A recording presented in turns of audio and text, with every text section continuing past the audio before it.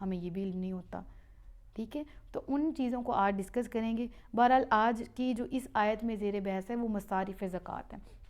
تو پہلے نمبر پہ کیا آ جاتا ہے؟ فقیر. فقیر وہ ہے جس کے پاس شرعی نصاب سے کم ہو. شرعی نصاب سے کم سے کیا مراد ہے؟ یعنی ایک وقت کا کھانا اس نے کھا لیا ہے, دوسرے وقت کا اس کے پاس موجود ہے. ٹھیک ہے, تو اس کے لیے یہ جائز نہیں ہے کہ وہ مال یعنی وہ سوال کرے, وہ زکوٰۃ طلب کرے. لیکن اگر وہ بن مانگے اس کو کوئی زکوٰۃ دے رہا ہے تو وہ اس صورت میں فقیر زکوٰۃ رکھ سکتا ہے. فقیر کی کیا ڈیفینیشن میں نے بتائی؟ یعنی ایک وقت کا ہے, دوسرے وقت کا اس کے پاس بھی موجود ہے.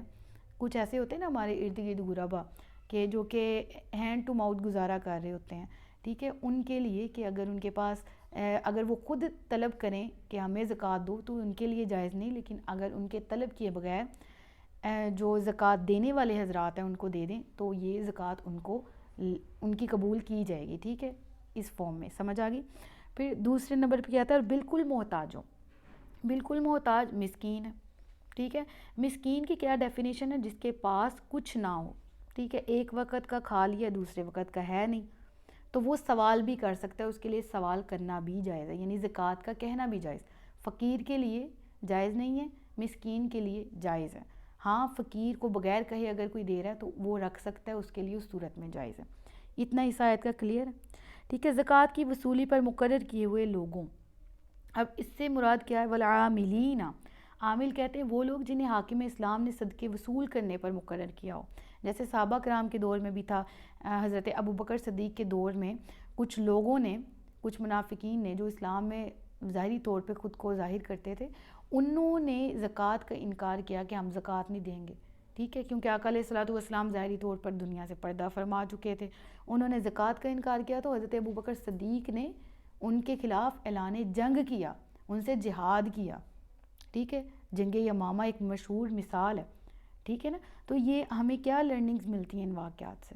یہی کہ جو اللہ اور اس کے رسول نے مقرر کر دی ہے نا. اب یہ آیات نازل کرنے کے پیچھے شان نزول بھی میں آپ کو بتا رہی تھی نا, یہی حکمت ہے کہ ان کے منہ بند کرائے گئے جو کہتے تھے کہ ہم کیوں زکوٰۃ دیں یا ہم کس کو زکوٰۃ دیں. یہ مصارف بیان کر کے کہا کہ ان کو زکوٰۃ دو, اس فارم میں زکوٰۃ دو جس کو حاکم اسلام نے مقرر کیا ہے کہ وہ زکوٰۃ لوگوں سے اکٹھی کرے اور ان کو مختلف کاموں میں پھر جس طرح اسلامی حکومت چاہتی ہے کہ اس طرح ہو, مختلف ویلفیئر ہاؤسز ہوتے ہیں وغیرہ وغیرہ, تو ان کے مصارف آگے سے دیگر نکلتے ہیں. بہرحال جو طے کیے جاتے ہیں حکومت کی طرف سے کہ یہ زکوٰۃ اکٹھی کرنے والے حضرات ہیں, ان کو عاملین کہا جاتا ہے اور ان کو بھی زکوٰۃ دی جا سکتی ہے. الغرض یہ کہ علم ہو کہ وہ صحیح پرپس کے لیے یوز کی جا رہی ہے. ٹھیک ہے, کچھ ایسے لوگ ہوتے ہیں جو گلیوں محلوں میں آ جاتے ہیں, زکوٰۃ دے دیں زکوٰۃ دے دیں, ہم فلانی جگہ مسجد تعمیر کر رہے ہیں.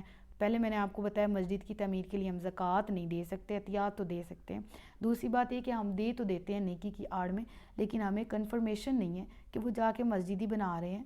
میں اکثر یہ چیز بچپن میں نوٹس کی تھی بس میں سفر کرتے ہوئے کہ ایسے بہت سے لوگ ہوتے ہیں جو کہتے ہیں کہ آپ تفتیش کے لیے بس سے اتر کے دیکھ لیں فلانے محلے میں ہماری مسجد بن رہی ہے. اب پتہ ہے کہ مسافر نے اسپیشل اپنی جگہ سے اٹھ کے تو اترنا نہیں ہے تفتیش کے لیے, تو لوگ وہاں ان کو صدقات اور احتیاط دیتے ہیں. اور 2011, 12, 13, 14, 15 میں پاکستان میں دہشت گردی بھی کافی بڑھ گئی تھی. تو میں نے اس پہ مکمل ڈاکیومنٹری دیکھی پی ٹی وی پہ, جس میں انہوں نے بتایا کہ یہ وہی لوگ ہیں جن کو زکوٰۃ اور احتیاط کی نام پہ اس کی آڑ میں یہ لوگ آپ سے مانگتے ہیں اور آپ اپنی طرف سے نیکی کرتے ہوئے ان کو دے دیتے ہیں. تو وہ ان کی ایک چلی تھی نا ایک مہم جس میں ان کا تھا کہ حقدار تک. تو تب میں نے یہ چیزیں لرننگ کی تھی, حالانکہ تب میں تفسیر قرآن نہیں پڑھتی تھی, بہت چھوٹی ہوتی تھی, لیکن مجھے تب سمجھ آئی کہ ہاں ہم جہاں پر اپنی رقم اپنے مال میں سے دے رہے ہیں, مختص کر رہے ہیں, تو ہمیں اس بارے میں اویئر بھی ہونا چاہیے.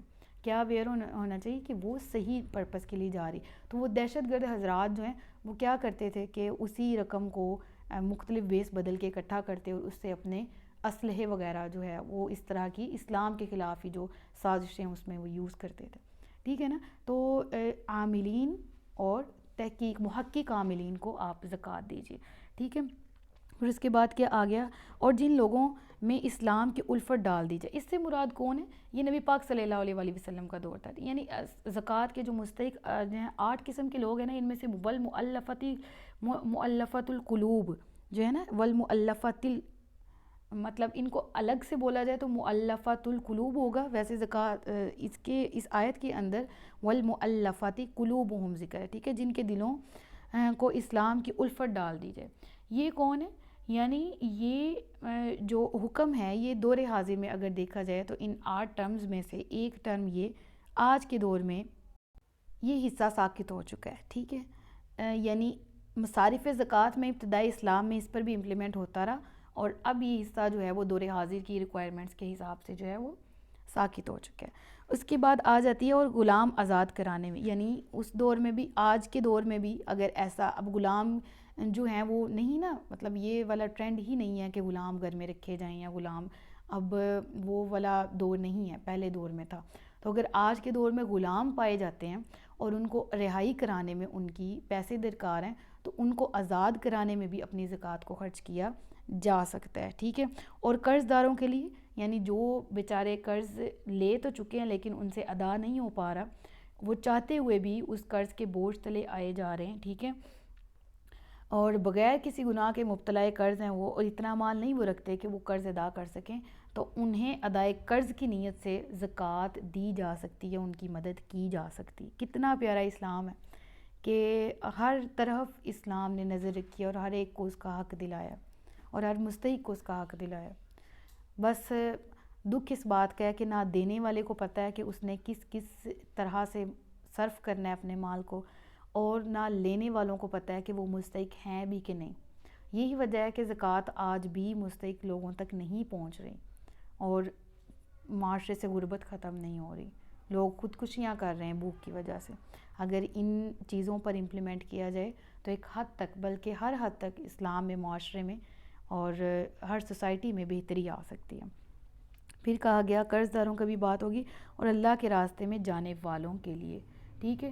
یعنی اب جو اللہ کی راہ میں جہاد کے لیے جا رہے ہیں، بے سامان مجاہدین، اور یہاں اللہ کی راہ میں جانے والوں سے مراد نادار حاجی بھی ہیں، یعنی حج کی استطاعت رکھتے تھے اور حج کرنے کے لیے بھی جا رہے ہیں، لیکن ہمیں معلوم ہے کہ جتنا ان کے پاس پیسہ تھا، جتنی رقم تھی اس سے ٹکٹ خرید لیے گئے، یا زیادہ راہ تھوڑا بہت ان کے پاس ہے تو ان کی بھی مدد کی جا سکتی ہے، ٹھیک ہے. اللہ کی راہ میں جانے والوں سے مراد دونوں لیے جاتے ہیں، ٹھیک ہے، نادار حاجی، ٹھیک ہے، یا بے سر و سامان مجاہدین ہیں، ان کو ٹولز، ویپنز وغیرہ دینے کے لیے بھی زکوٰۃ خرچ کی جا سکتی ہے.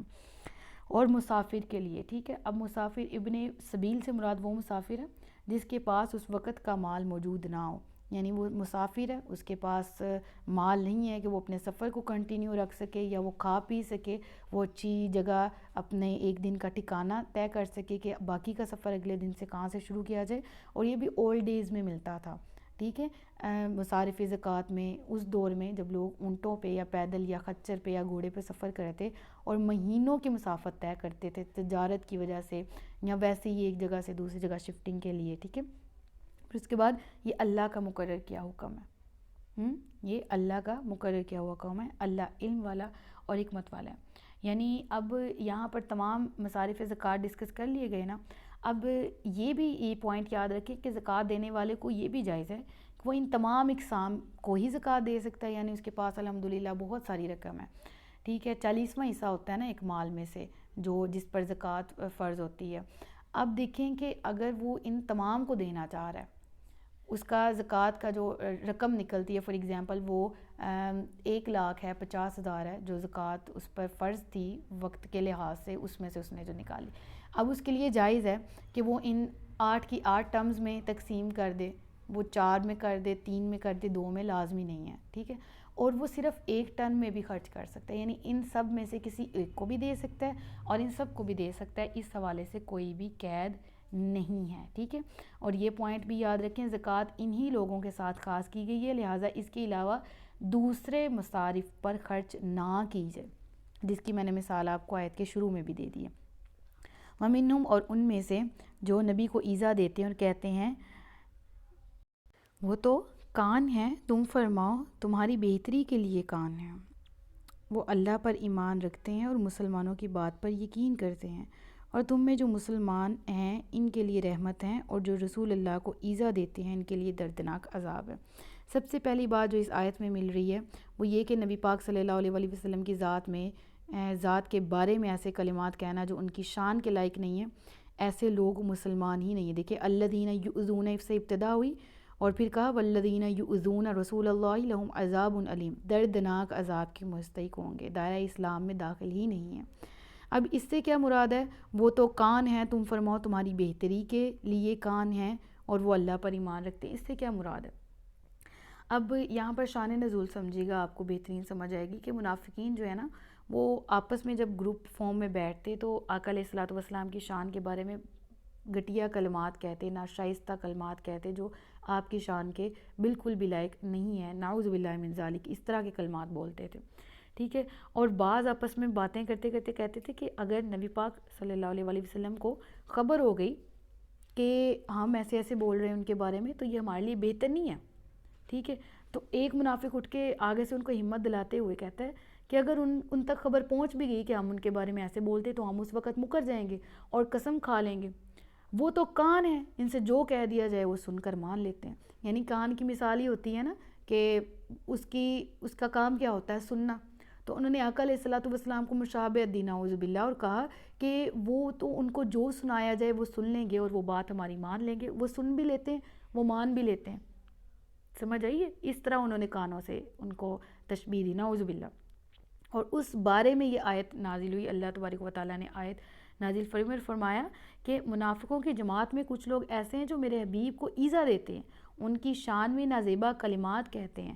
اے حبیب آپ ان سے فرما دیں کہ اگرچہ وہ سننے والے ہیں لیکن ان کا سننا تمہارے لیے بہتر ہے۔ اس سے کیا مراد ہے؟ معنی ذرا سمجھیے گا کہ اگر وہ سننے والے بھی ہیں تو وہ کیا ہیں؟ ان کے پاس بھی کان ہے، وہ بھی سننے والے ہیں، لیکن ان کے سننا، ان کی قوت سماعت سنتی ہے تو کیا سنتی ہے؟ بے حیائی کی باتیں، بری باتیں، شر اور فساد کی باتیں سننے والے ہیں۔ اور اے حبیب آپ کا سننا بہتر ہے، اس سے کیا مراد ہے؟ اور آقا علیہ الصلوۃ والسلام کا سننا کیا ہے کہ وہ سننے والے ہیں تو کیا؟ نیکی اور بلائی کی بات سننے والے، اور نیکی اور بلائی کی ہی بات ماننے والے ہیں، شر اور فساد کی بات سننے والے بھی نہیں، ماننے والے بھی نہیں۔ اور آقا علیہ الصلوۃ والسلام کی اس آیت میں تعظیم اللہ کی طرف سے بیان کی گئی، یعنی میرے نبی کی عزت کرو۔ تم کہتے ہو کہ وہ کچھ بھی سن سکتے ہیں، کچھ بھی مان سکتے ہیں، وہ تو حق بات سننے والے اور حق بات کو ہی جاننے والے ہیں، تمہاری طرح شر اور فتنہ اور عیوب اور بے حیائی کی باتیں نہیں کرتے۔ اور ان کا سننا تمہارا سننا ایک نہیں ہے، ان کا سننا افضل، برتر، اعلیٰ، اور تم لوگوں کی مجلسوں میں جس طرح کی باتیں ہوتی ہیں اور جو تم لوگ آپس میں ڈسکشن کرتے ہو، ایسی لعنت کی ہوئی ڈسکشن اور ایسی معیوب ڈسکشن جس کے بارے میں آیت کے آخری حصے میں کہا گیا کہ وہ لوگ جو اس طرح کی ڈسکشن کرتے ہیں، جو میرے نبی کے بارے میں نازیبا کلمات کہتے ہیں، جو ان کو اذیت پہنچاتے ہیں، ان کے لیے دردناک عذاب ہے، عذاب علیم، دردناک عذاب۔ تو معلوم اس آیت سے کیا ہوا کہ نبی پاک صلی اللہ علیہ وآلہ وسلم پر کوئی کسی بھی قسم کے اعتراضات نہیں کر سکتا۔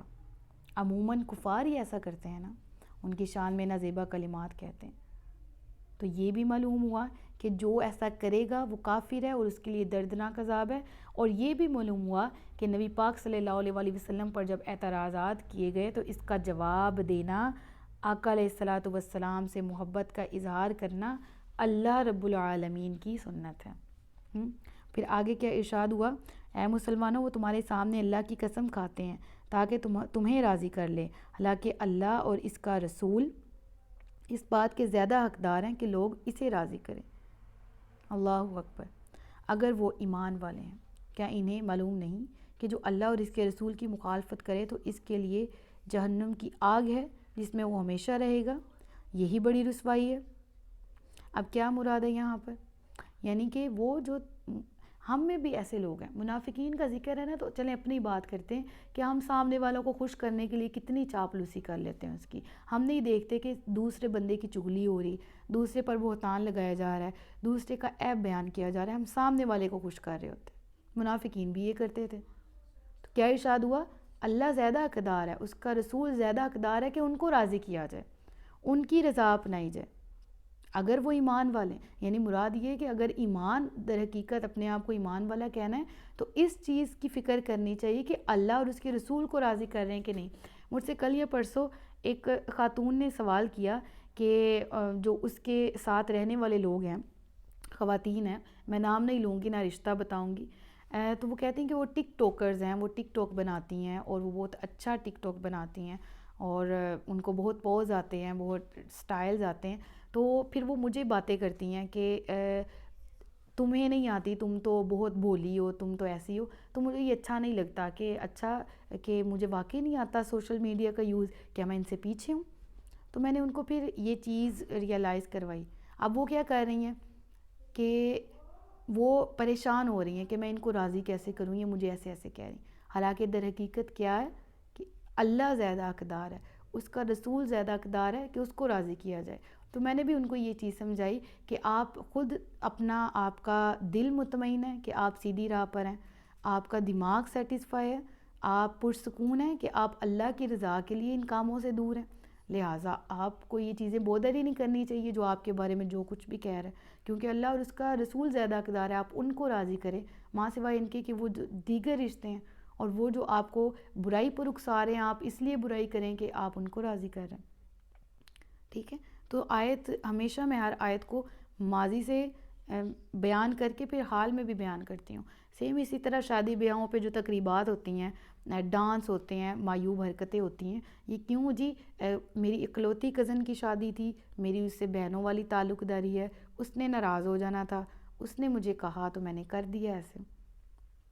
تو پھر یہاں پر وہی بات آ گئی، کیا اللہ اور اس کا رسول زیادہ حقدار ہے کہ اس کو راضی کیا جائے؟ لہٰذا ایسے معاملات اختیار کیے جائیں کہ جس سے اگلے کا دل بھی نہ دکھے۔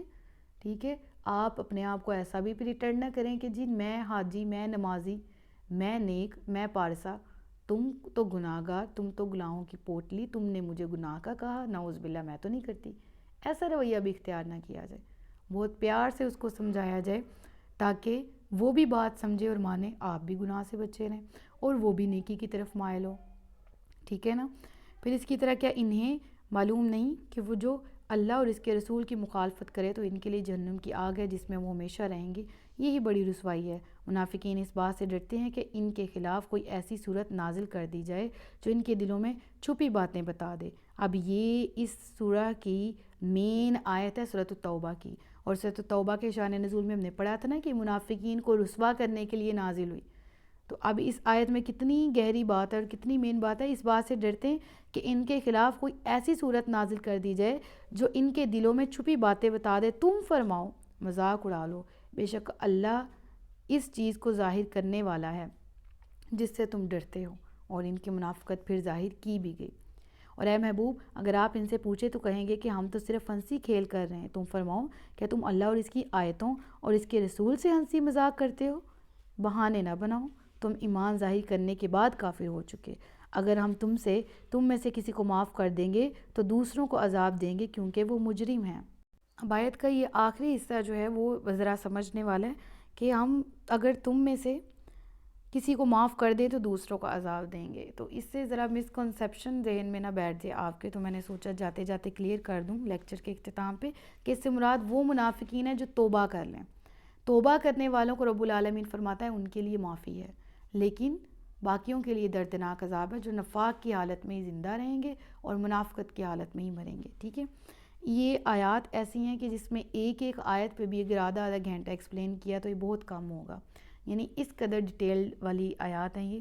تو میری آپ سے گزارش ہے کہ ان آیات کے مفہوم اور کو مختلف تفاسیر کی کتب سے بھی پڑھیے گا، جون سی تفسیر آپ کے پاس اویلیبل ہے جو آپ کے لیے آسانی رکھتی ہے، اور اگر کوئی بات میرے لیکچر میں سمجھ نہیں آئی یا کسی تفسیر کی بک میں سے آپ کو سمجھ نہیں آئی تو آپ اس کا ریفرنس دے کے کمنٹس میں مجھ سے اس کے بارے میں بھی پوچھ سکتے ہیں، انشاءاللہ آپ کی رہنمائی کر دوں گے۔